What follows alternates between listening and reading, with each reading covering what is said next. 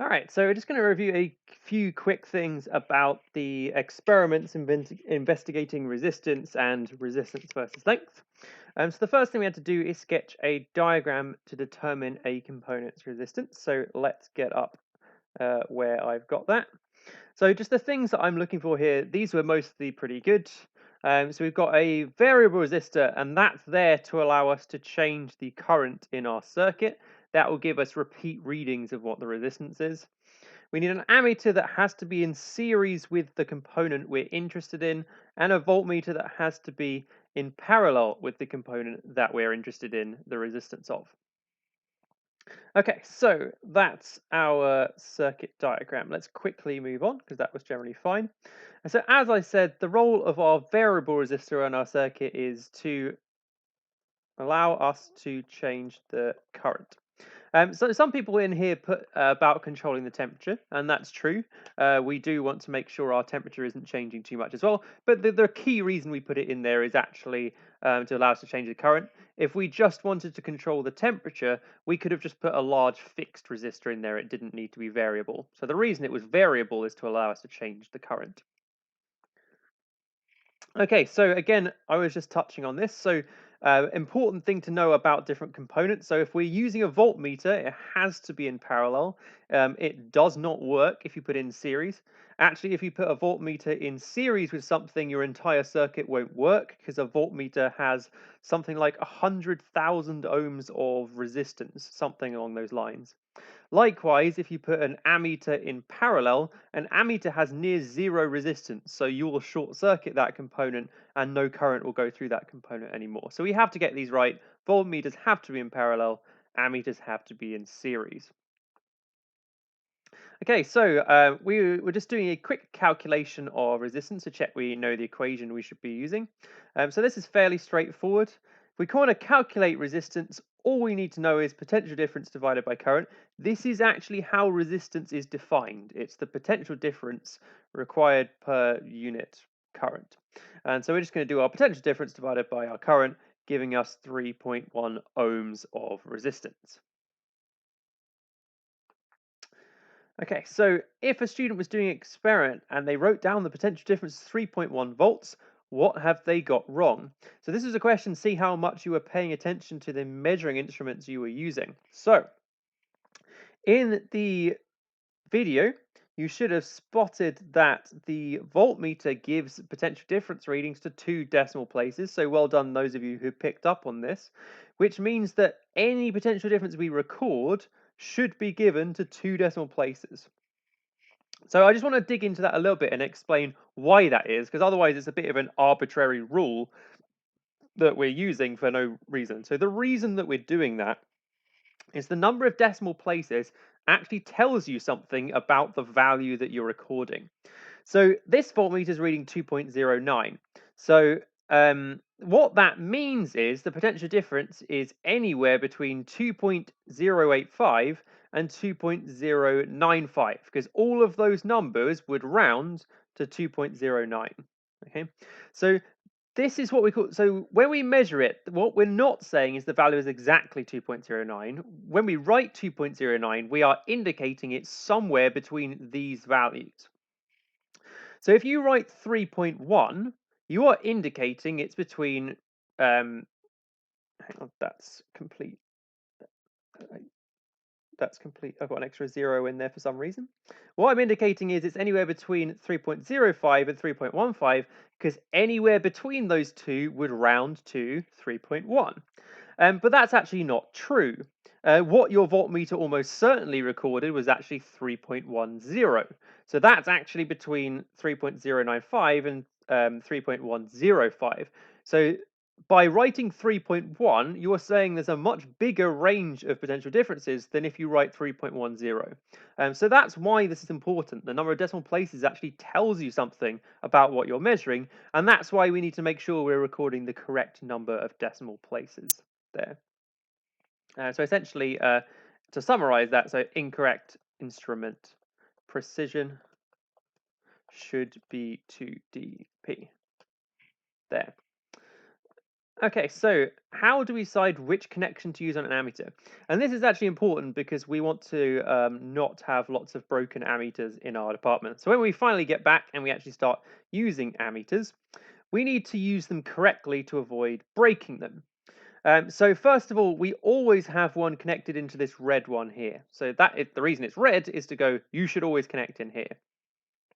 And these two at the bottom are optional ones, so you can either go into 1 or into 5. And as I said in the video, we always go into the 5 amp setting first, because this one will be fine for currents up to 5 amps, and we will never get anywhere near that in our experiments at school. So as long as the current is below 5 amps, this one is fine, and you won't break the shunt by putting a current through it. Let's say the current is 2 amps. If you put a 2 amp current through the 1 amp setting, you will actually damage the circuitry because it's going to overheat and you'll actually end up damaging something. And then this a reasonably expensive piece of kit will then need replacing, which is a real faff. So that's why we always put them in the 5 amp first. We check how big the current is, and then sometimes we switch down to the 1 amp if it's small enough. And the other thing that we're looking for with our connections is we want the needle to deflect to the right. So if you see it go to the left, it just means you got your wires the wrong way round. So you just switch them over and then it will deflect to the right, and then that'll be fine. So essentially,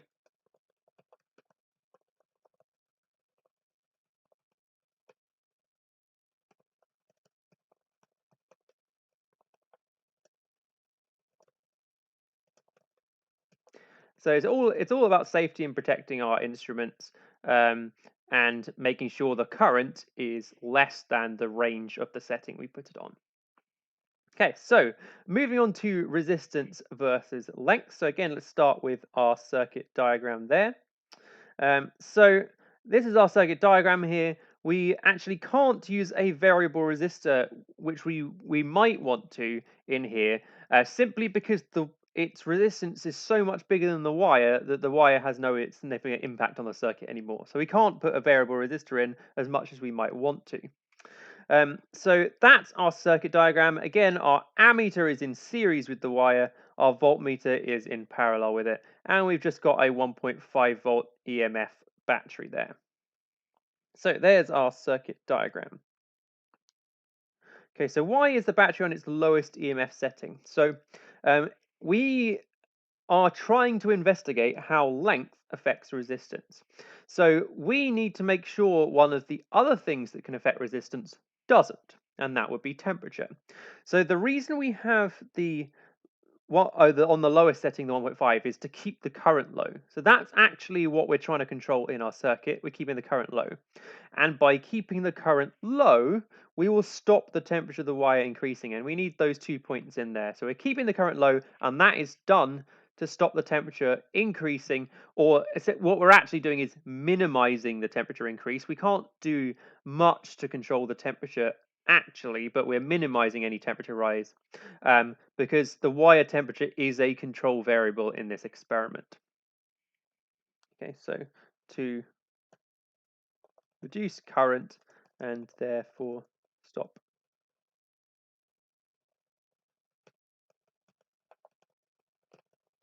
Okay, so that's just a summary of what I was going at there. So we're reducing the current to stop the temperature rising, which could affect resistance.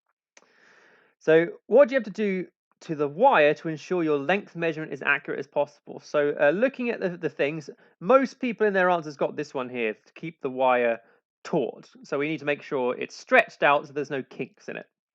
Um, the parts that we didn't have that we need to is we need to make sure the wire is parallel to the ruler. Obviously, if it's an angle, we're not going to measure its length very well.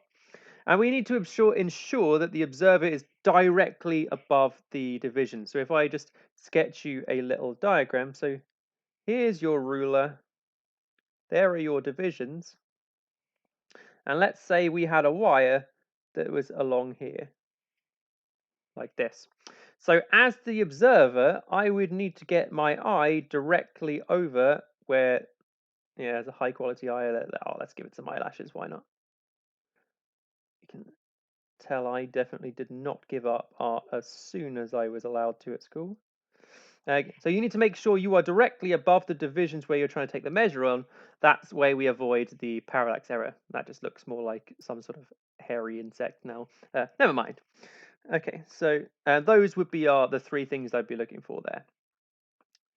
Okay, so why were we able to change from the 5 amp shunt setting on the ammeter to the 1 amp? So as I said before, we always start with the highest setting. In this case was the 5 amps. So, but the only reason we were allowed to switch is because the current that we were measuring was less than 1 amp, and because of that, we would actually want to switch down to the 1 amp setting because it's more precise. So it can give us more decimal places and give us our values more precisely. So as long as your current is less than 1 amp, we definitely want to change down to the 1 amp setting because it gives us a greater precision in our data, or narrows the range of values of our current, if you like. So what did I see in my data that hinted that there might be a directly proportional relationship? So the thing I said in a video that I'd spotted, which gave me that clue, is I saw that when the length doubled, the resistance approximately doubled. Or it could have been the length halved and the resistance halved. Either of those two things, that's a good clue that you've got a proportional relationship there. But that's not the evidence that we collect to show we've got a direct proportional relationship, which is why a lot of people got this one marked wrong. So to test whether length and resistance are directly proportional, one way is we could draw a graph and show the straight line goes to the origin. That would be an option. Or the other option is using our data, we can check that R over L is a constant value for all our data. We could do L over R, by the way, as long as we do the same thing for all of them, it doesn't matter. We just have to divide one by the other. And when we do that, we're very rarely going to get exactly the same value every time. Because remember, our currents have a range of values. We don't have one precise value, and our potential differences don't have one value. There's a range of values. So we're going to get a variation in our R over L values. But you can see these first four in here are all pretty much the same value, certainly within any experimental uncertainty. So I would say for these first four, it's looking like we've got a directly proportional relationship. Looking at this one, because it's so different, I would be asking myself, is this an anomaly we've got here? Should I be retaking this reading?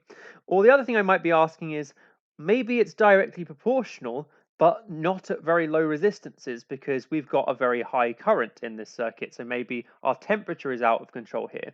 So there might be some reason that our value has changed here, but it's useful to note that it looks like we're directly proportional, and this is how we test it, but it looks like something is a little off with this last one.